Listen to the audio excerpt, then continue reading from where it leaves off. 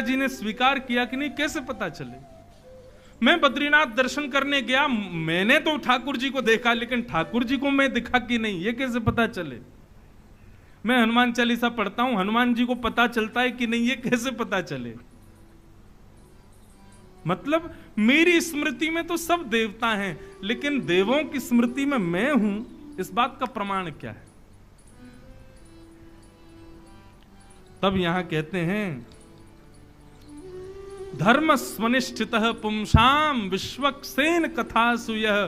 किसी कथा में जाकर के बैठ जाना, किसी सत्संग में जाके बैठ जाना, कोई ऋषिजन प्रवचन कर रहे हो वहां जाकर के बैठ जाना और बैठ करके 10 मिनट बैठ के सुनने का प्रयास करना। 10 मिनट बैठने के लिए गए थे, लेकिन 1.5 घंटा बैठ जाओ, 2 घंटा बैठ जाओ, 4 घंटा बैठ जाओ, भूल जाओ कि हमको कहीं जाना है, फ्लाइट छूट जाए, ट्रेन छूट जाए, बहुत जरूरी काम छूट जाए, कथा में इतने आनंदित हो जाओ कि भूल जाओ कि कोई विशिष्ट कार्य था।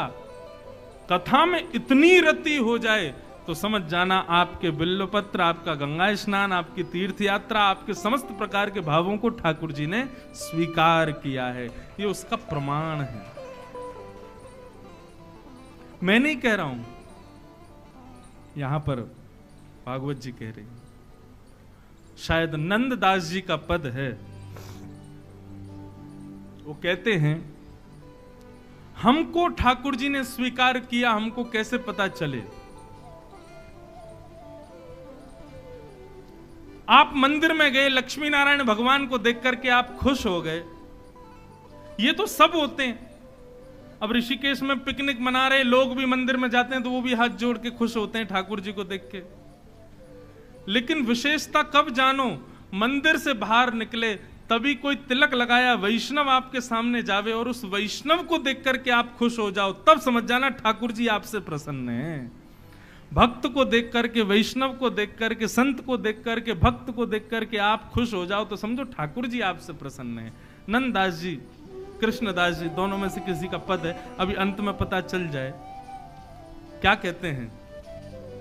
गिरधर जब अपनों कर जाने, गिरधर जब अपनों गाओ, गिरधर जब अपनों कर जाने, गिरधर जब अपनों कर जाने, मेरो राधा रमण जब अपनों कर जाने, मेरो राधा रमण जब अपनों कर जाने, मेरो गिरधर जब अपनों कर जाने, गिरधर जब अपनों कर जाने। कब जाने? ताको मन वतन की सेवा, ताको मन वतन की सेवा, ताको मन भक्तन की सेवा, ताको मन भक्तन की सेवा, हरिजन संगे हरि उर आने, हरिजन संगे हरि उर लावे, हरिजन संगे हरि उर आने, हरिजन संगे हरि उर लावे, गिरधर जब अपनों कर जाने, गिरधर जब अपनों कर जाने, मेरो राधा रमण जब अपनों कर जाने, राधा रमण जब अपनों। श्री गोवर्धन नाथ की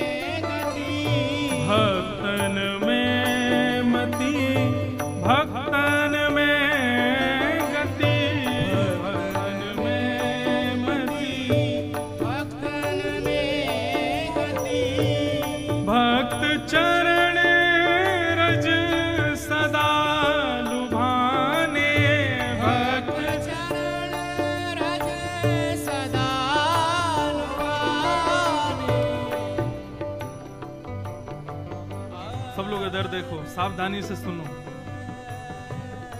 ठाकुर जी हमको स्वीकार करते हैं, उस विषय को यहां पुष्ट किया जा रहा है। हमारे वृंदावन में एक भक्त थे। एक समय की बात है, जब सब भक्त मिलते थे तो जय हो, कोई भक्त वैष्णवी होंगी आ गई है कथा में। अब विचरण करन दो, मैया खोचा मार जाएगी नहीं तो। हाँ, जान दो। एक बार श्रीनाथ जी के मंदिर में बिल्ली आ गई। जैसी बिल्ली आई तो श्रीनाथ जी डरने लगे उसको देख के। गुसाई जी बोले, परब्रह्म परमात्मा जगदीश्वर जगन्नाथ पूरे विश्व को बनाने वाला, बताओ देखो बिल्ली से डर रहा है। तो जैसे ही ये भाव चित्त में आया तो श्रीनाथ जी मंदिर छोड़ के जाने लगे। मुखिया जी पीछे पीछे भगवान भगवान क्या हो गया, आप जा क्यों रहे हो? बोले कि आप मेरे को लाला मानते हो ना, आप मेरी बाल भाव में सेवा करते हो ना, आप हमको छोटे बालक के रूप में सेवा करते हो, तो छोटे बालक के भाव से सेवा करते हो तो छोटे बालक को डर लगता है। बिल्ली से भी लगेगा, कुकर से भी लगेगा, छिपकली से भी लगेगा। और यदि आप परब्रह्म हमको मानोगे तो फिर याद रखना, फिर परब्रह्म की तरह ही सेवा करनी पड़ेगी। इसलिए जो भाव हृदय में उसी भाव से करो। तो जय हो, बिल्ली पधारी है। तो हम एक बात बता रहे थे, संतों के भक्तों के चरणों में आपकी रुचि होना, भक्त को देखकर के चित्त प्रसन्न हो जाना, भक्त को देखकर के आनंदित हो जाना, ये इस बात का प्रमाण है कि ठाकुर जी आपको स्वीकार करते हैं। हमारे वृंदावन में एक भक्त थे।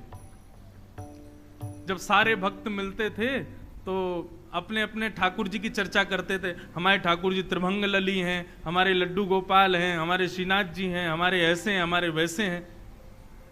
सब बोलते तेरे ठाकुर जी कैसे हैं? वो कहता मेरे ठाकुर जी की मत पूछो, बस बहुत सुंदर हैं। बोले बता तो सही कैसे हैं? बोले बस बहुत सुंदर हैं। अरे तो दिखा तो सही। बोले नहीं, दर्शन नहीं कराऊंगा। क्यों? बोले कहीं किसी ने मेरे ठाकुर जी को देख के ये बोल दिया ये कैसे ठाकुर जी, तो मेरा मेरा मेरा मैं बहुत विचलित हो जाऊंगा, इसलिए मैं किसी को दर्शन नहीं कराता। मुझे बहुत अच्छे लगते हैं वो। एक दिन एक उसका मित्र भक्त था, उसने कहा मैं नहीं कहूंगा तेरे ठाकुर जी को देख के कि ये कैसे ठाकुर जी, मुझे करा दे। बोले वचन दे। नहीं बोलेगा। बोले मैं वचन देता हूं, मैं तेरे ठाकुर जी को देख के कुछ नहीं बोलूंगा, बिल्कुल नहीं बोलूंगा, ये कैसे ठाकुर जी, मुझे दर्शन करा दे। डर डर के बेचारा सहमा सहमा अपनी कुटिया में लेके जब गया, कुटिया में जाके उसने देखा, बोले कहां है तेरे ठाकुर जी? तभी उसने इशारा किया तो पता है क्या था? एक घड़ा था, घड़े के ऊपर चुनरी लगी हुई थी और घड़े पे रोरी चंदन था, उसी को माला पहना रखी थी, उसी के सामने भोग रखा था, उसी के सामने नैवेद्य दीप आदि, और ना चाहते हुए वो बोल गया ये कैसे ठाकुर जी? उसने कहा मैंने मना किया था ना ऐसा नहीं बोलना। बोले भैया क्षमा कर दे, तेरी सेवा को प्रणाम, लेकिन बता तो सही घड़े में ठाकुर जी। तो उसने पता है क्या बताया? बोले वृंदावन में जितने रसिक जन हैं, जितने संत जन हैं, उन सबके चरणों का चरणामृत है ये, मेरे ठाकुर जी यही है। मैं रोज इस चरणामृत की पूजा करता हूं, रोज इस चरणामृत को ही देखता हूं, इन्हीं चरणामृतों का सेवन करता हूं, इन्हीं चरणामृत के सहारे मैं अपना जीवन जी रहा हूं। क्यों?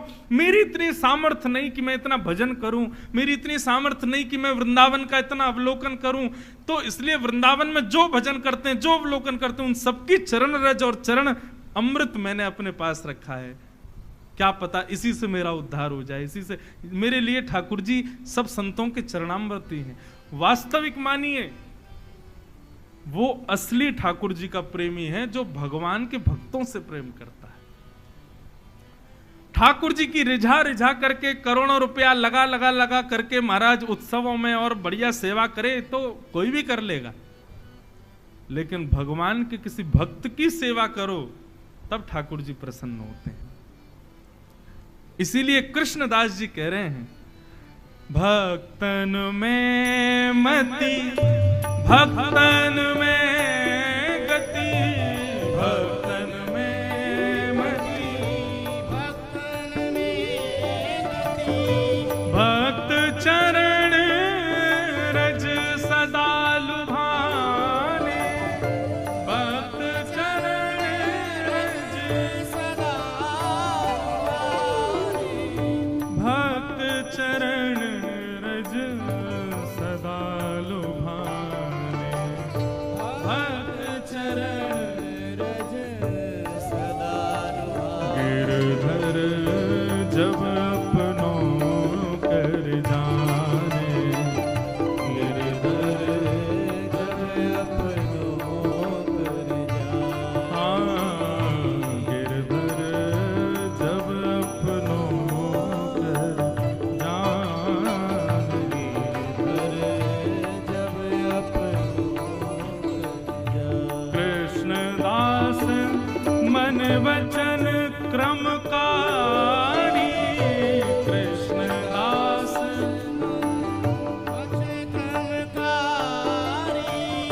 कृष्णदास मन वचन क्रमकारी, कृष्णदास मन वचन क्रमकारी।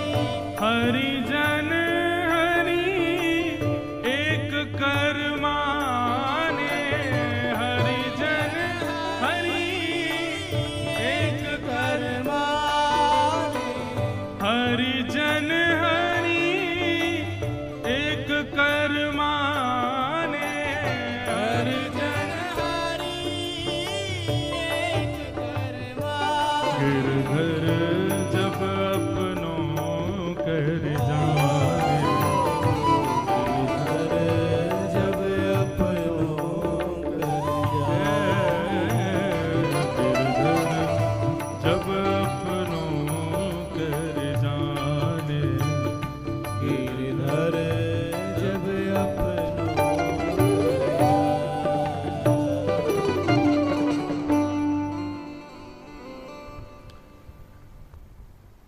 भक्ति भक्त भगवंत गुरु चतुर नाम वपु एक, तिनके पग वंदन किए नाशत विघ्न अनेक। भगवान में और हरिजनों में, मतलब भगवान के भक्तों में किसी भी प्रकार का भेद ना मानता हो, समझो वो ठाकुर जी का प्रिय है, ठाकुर जी का अत्यंत प्रिय है वो। इसलिए कथा में रुचि होना, सत्संग में रुचि होना भगवान की प्रीति का प्रमाण है कि ठाकुर जी को भी आपसे प्रेम है, इसलिए कथा में आपकी रति प्रीति हो रही है। हनुमान जी महाराज राम जी के प्रिय हैं, ये बात सबको पता है। बहुत ध्यान से सुनो सब लोग, इधर देखो। हनुमान जी महाराज क्यों प्रिय हैं राम जी को? प्रभु चरित्र सुनवे को रसिया, राम लखन सीता मन बसी। हनुमान जी गोलोक धाम नहीं गए, हनुमान जी राम जी के साथ साकेत नहीं गए लीला पूर्ण करके। चारों युग पर ताप तुम्हारा, कलयुग में भी हनुमान जी बैठे हैं। क्यों साकेत क्यों नहीं गए राम जी के साथ? कहां राम जी को एक क्षण के लिए भी छोड़ नहीं सकते हनुमान जी? और जब राम जी साकेत गए तो फिर क्यों नहीं गए? हनुमान जी की स्थिति पता कैसी?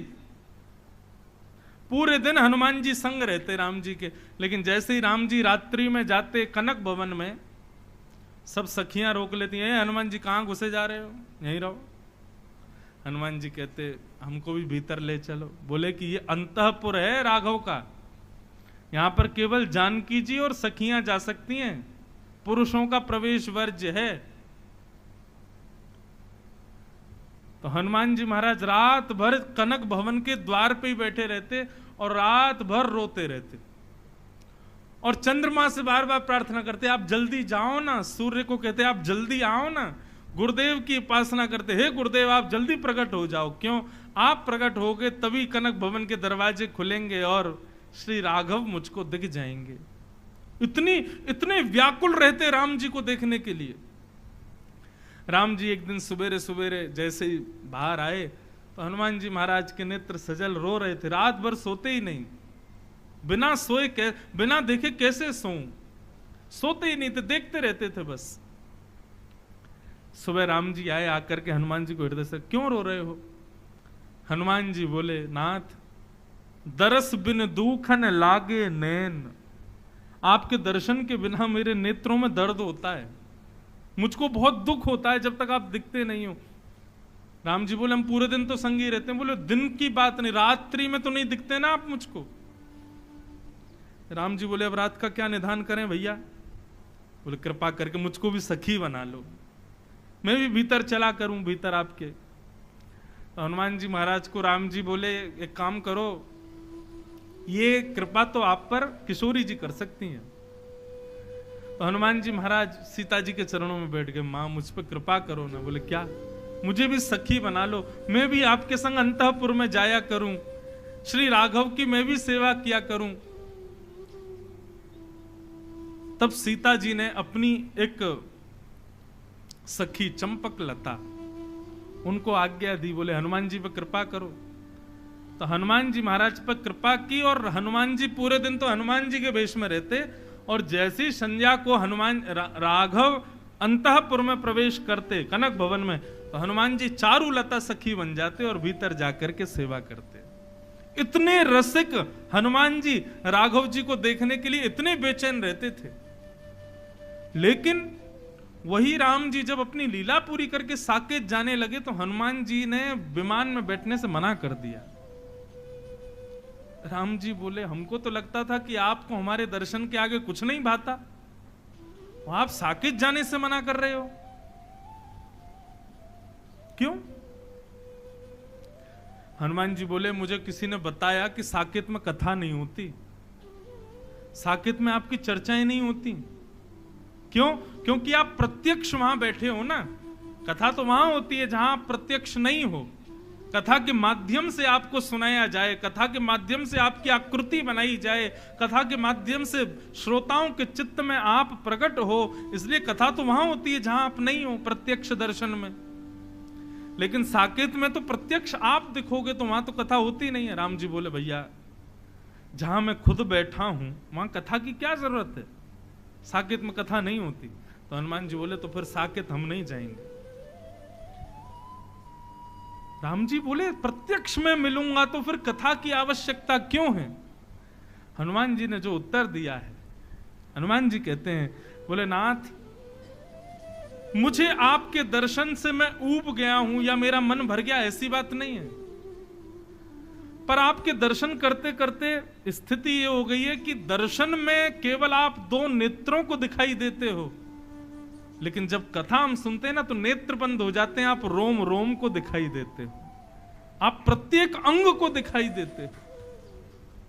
हे नाथ, प्रत्यक्ष में तो केवल दो नेत्रों को सुख मिलता है, लेकिन कथा में तो रोम रोम को सुख मिलता है। इसलिए नाथ कृपा करो, मैं साकेत नहीं जा सकता, भले ही आपके दर्शन से वंचित रहूंगा, लेकिन मेरे दर्शन को पुष्ट करने के लिए कथा वक्ता है ना, ये लोग कथा सुना सुना करके आपके रूप को मेरे हृदय में प्रफुल्लित करते रहेंगे, आनंदित करते रहेंगे।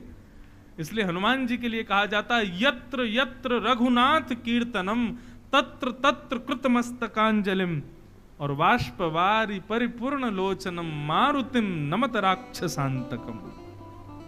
हनुमान जी कैसे हैं? जहां कहीं भी कथा होती है वहां जरूर आते हैं। हनुमान जी की पहचान क्या है? दीनहीन से बैठे होंगे और आंखों से अश्रु गिर रहा होगा, कृष्ण को सुन के, राम जी को सुन के उनको याद कर रहे होंगे, वो हनुमान जी हैं। कथा से इतनी प्रीति, वैष्णवों की सेवा में इतनी प्रीति, संतों से भक्तों से इतनी प्रीति, इस बात का प्रमाण है कि ठाकुर जी आपसे प्रेम करते हैं।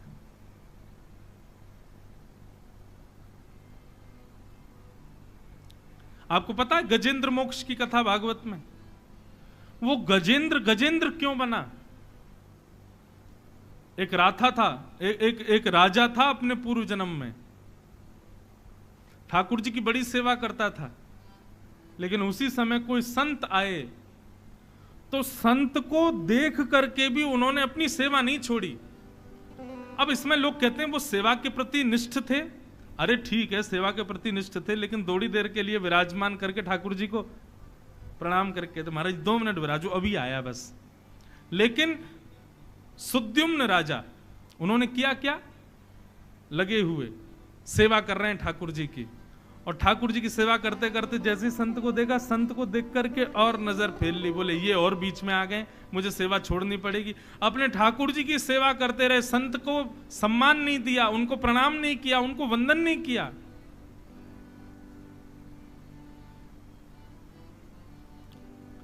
और उसका प्रभाव ये हुआ, एक भक्त वैष्णव अपराध लगा और वो राजा होते हुए भी एक गज बने, एक हाथी बने। लेकिन अपने पूर्व जन्म की सेवा का स्तुति उनको याद थी। जब ग्राह ने पैर पकड़ा तो वही स्तुति गा करके वो मुक्त हो गए। इसलिए भैया संत सेवा, वैष्णव सेवा, भक्त सेवा, ये ठाकुर जी को अति प्रिय है। आके 2 मिनट करके चले जाओ, इसको निश्चित करो, ये होनी ही चाहिए। संतों के प्रति निष्ठा, वैष्णवों के प्रति भाव, इसको प्रस्तुत करो। सूत जी महाराज मंगलमयी कथा सुना रहे हैं और आगे भगवान के 24 अवतारों का वर्णन किया। 24 अवतारों का वर्णन करते हुए भागवत की रचना कैसे हुई, ये कथा सुनाई गई। चारु कैसी,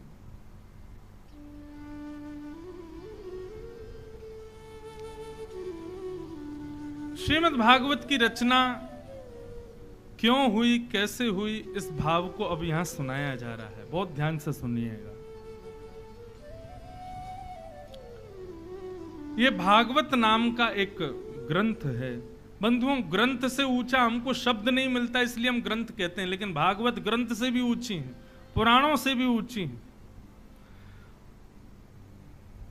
भागवत का प्रयोजन क्या है? केवल ब्रह्म संबंध, भगवान से आपका संबंध बनवाना, यही भागवत का उद्देश्य है। और किसने भागवत की रचना की? श्री वेदव्यास जी महाराज। क्योंकि अब इस बात को थोड़ा विस्तार से सुनिएगा, बहुत सुंदर प्रसंग है, थोड़ा गंभीर है लेकिन बहुत अच्छा है, बहुत ध्यान से सुनना। द्वापर युग के विश्राम की बात, और श्री वेदव्यास जी महाराज ब्रह्म नदी सरस्वती के तट पर, इसी हिमालय की भूमि पर, माना गांव जिसको हम कहते हैं, बैठे थे। अपनी दिव्य दृष्टि से कलयुग के प्रभाव को जब उन्होंने देखा तो क्या पाया? कलयुग के लोग श्रद्धाहीन होंगे, कलयुग के लोग अभाग्यशाली होंगे, भाग्यशाली नहीं। कलयुग के लोग दीर्घ सूत्री होंगे, दुर्भाग्यवान होंगे। ये सब देख करके अपना कल्याण नहीं कर पाएंगे। इन सब बातों को विचार करके वेदव्यास जी को बड़ी चिंता हुई कि क्या करें कलयुग के लोगों के लिए। तब उन्होंने विचार किया कि मुझे कुछ लिखना चाहिए। तब वेदव्यास जी महाराज ने एकमेकम चतुर्विधम, उन्होंने एक वेद को, पहले एक ही वेद था प्रणव ओम, लेकिन उन्होंने 4 वेदों में परिणत किया, ऋग्वेद, यजुर्वेद, सामवेद और अथर्ववेद। मन में विचार करने लगे इससे भी कल्याण तो नहीं हो पा रहा है मानवों का। तब उन्होंने पुराणों को लिखना प्रारंभ किया। 18 उपपुराण लिख दिए, 17 महापुराण लिख दिए, महाभारत रूपी इतिहास लिख दिया, लेकिन फिर भी वेदव्यास जी के चित्त को शांति नहीं हुई। जैसे हम कहते हैं ना कि ये कार्य मैंने कर तो दिया लेकिन मुझे संतुष्टि नहीं हो रही अपने कार्य से, ठीक वैसे ही वेदव्यास जी ने बहुत कुछ लिखा लेकिन अभी तक संतोष नहीं हो रहे थे, संतुष्ट नहीं हो पा रहे थे अपनी रचना से। तब वेदव्यास जी ने विचार किया मैं क्या करूं। तब वेदव्यास जी के आश्रम पर नारद जी का आगमन हुआ। बंधुओं, हमारे संतजन कहते हैं कि ये नारद जी के रूप में भगवान ही आए थे। और नारद जी आकर के वेद व्यास जी से कहने लगे, व्यास जी क्यों दुखी हो? व्यास जी बोले, देखना मैंने कितनी पोथियां लिख दी, कितना कुछ मैंने लिख दिया, लेकिन अभी भी मेरे चित्त को शांति नहीं मिल रही है, मैं क्या करूं? तब नारद जी बोले, मैं बताऊं आपके चित्त को शांति क्यों नहीं है? बोले, क्यों नहीं है, जरा बताइए। कि भवता नुदित प्रायम यशो भगवतो मलम ये नैवासौ न तुष्येत मन्ये तद्दर्शनम खिलम। हे व्यास जी, आपने जितनी भी ग्रंथ लिखे हैं ना, बुरा मत मानिएगा, परंतु प्रत्येक ग्रंथ, प्रत्येक पुराण की रचना के पीछे आपने एक ही उद्देश्य रखा है। क्या? धर्म, अर्थ, काम, मोक्ष, चतुर्विध पुरुषार्थ की प्राप्ति। आप किसी भी पुराण का अध्ययन या श्रवण करेंगे तो उससे धर्म कैसे करना है ये सीखोगे, अर्थ कैसे कमाना है ये सीखोगे, कामनाओं की पूर्ति कैसे करनी है ये सीखेंगे, और सब कुछ करने के बाद मोक्ष कैसे पाना है ये पता चलेगा। आपने सब जगह चतुर्विध पुरुषार्थ को ही पुष्ट किया है बस। वेद व्यास जी महाराज बोले, मतलब? अरे ये चतुर्विध पुरुषार्थ ही तो हमको करना है, इसके अलावा भी कुछ करने को है क्या? तब नारद जी महाराज बोले, हाँ, पंचम पुरुषार्थ। बोले, वो क्या है? प्रेम। प्रेम। नारद जी, हे व्यास जी, आपने जो कुछ भी लिखा, व्यक्ति उससे धर्म करेगा लेकिन भगवान से प्रेम नहीं करेगा। आपने जो कुछ भी लिखा है उससे व्यक्ति अर्थ कमाएगा लेकिन ठाकुर जी से प्रीति नहीं करेगा। आपने जो कुछ भी वर्णन किया है उससे व्यक्ति कामनाओं की पूर्ति कर लेगा लेकिन भगवत प्राप्ति नहीं। आपने जो कुछ भी वर्णन किया है उससे मोक्ष मिलेगा लेकिन भगवत प्राप्ति नहीं। गुरुदेव आगे पधारे हैं, यहां पधारे, आगे पधारो। वाह, आज बड़ी कृपा और ये सरप्राइज हमको मिला है। हमारे शिक्षा गुरुदेव आज कथा में पधारे हैं, बहुत बहुत स्वागत।